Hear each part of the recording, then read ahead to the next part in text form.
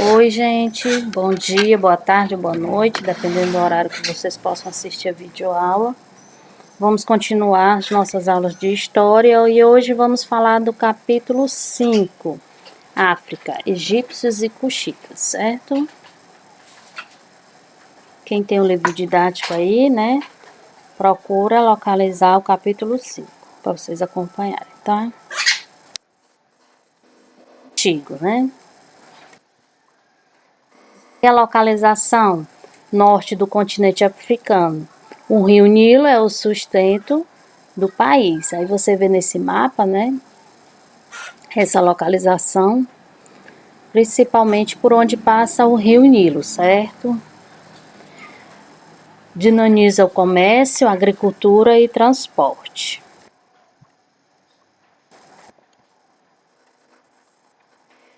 Política egípcia, dividido em 3 momentos. O Antigo Império, né, de 3.200 a 2.300 a.C., o centro administrativo, Cairo. Destacaram-se os faraós Queoque, Khenfre e Mykerinos, constituíram as grandes pirâmides, enfrentaram graves crises econômicas devido às intensas inundações, provocando desabastecimento de alimentos, né? Essa foi uma das políticas, né, do povo egípcio, certo? Que estava dividido justamente nesses 3 momentos. Médio Império, de 2000 a 1580 a.C. Temos aí em destaque o centro administrativo, Tebas. O faraó recobra força política, né? Período de prosperidade econômica, expandindo-se territorialmente. Isis invadiram, dominando por 2 séculos. Novo Império, do período de 1580 a 525 a.C. Expulsão dos Iquiços, grandes expansões territoriais militares, faraós Tutmés III e Ramsés II. E período monoteísta da religião e fim do império com a invasão dos persas.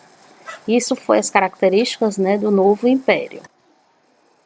A economia egípcia estava baseada na agricultura e pecuária, cultivavam cevada, linho, trigo, papiro, criavam animais, bois, porcos, cavalos, exportavam cereais, vinhos, óleos, papiro, importavam, né, as pedras preciosas, marfim, perfume, madeira e o comércio realizado através do escambo.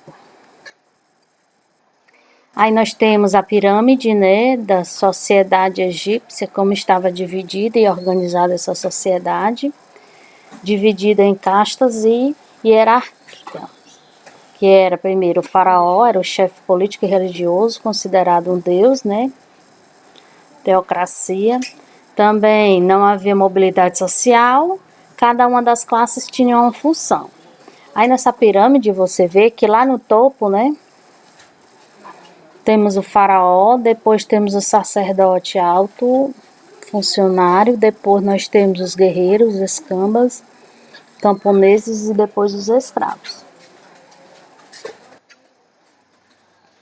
Das atribuições da sociedade temos o faraó, que administrava e comandava a justiça, os exércitos e toda a sociedade.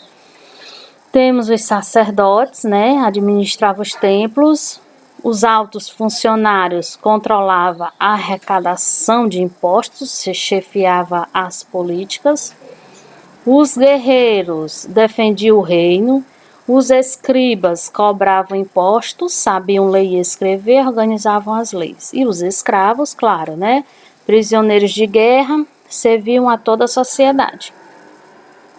Essas atribuições da sociedade que eu acabei de explicar para vocês e definir cada uma delas, onde nessa pirâmide, né, justamente representada pela sociedade egípcia, certo? A egípcia, acreditavam em vários deuses, né, por isso que era politeísta. Acreditavam na vida após a morte, Também os ricos eram sepultados nas pirâmides, os pobres em hipogeus e mastabas. Quer dizer, os ricos eram sepultados nas pirâmides, né? Os deuses tinham controle sobre a vida e morte. Aí as obras egípcias, né? Belíssimas imagens. Aí vamos para o reino Coxi. O reino Coxi nós temos em destaque, né? Desenvolveu-se ao sul do Egito, região do atual Sultão. Pirâmides de Meroë, importante registro da civilização coxita e patrimônio cultural da humanidade. Temos também em destaque forte presença da cultura egípcia do reino, né? De Coxi, e isso durante o século IX a.C. Coxi surgiu como um reino independente com capital em Napata. Os coxitas transferem a capital de Napata para Meroë, mais ao sul, certo? Deuses, né? O povo de Coxi era politeísta e adorava os deuses, certo? Na cidade de Napata foi constituído um templo em homenagem a Amon, deus do sol, também cultuado no Egito. Marduk, esta divindade, né, babilônica, era filha de Ea, também denominada Enki, e de Dona Unkina. A cidade com este nome dedicava-lhe os primeiros 12 dias de cada ano festejando, certo? Criador do universo, claro, né?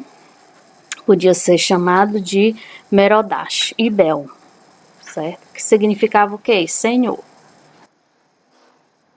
Adepnec é o deus do sul, da Núbia, atual sultão, e considerado o patrono da guerra. A relação entre egípcio e a Núbia fez com que ambas absorvessem deuses para seus panteões.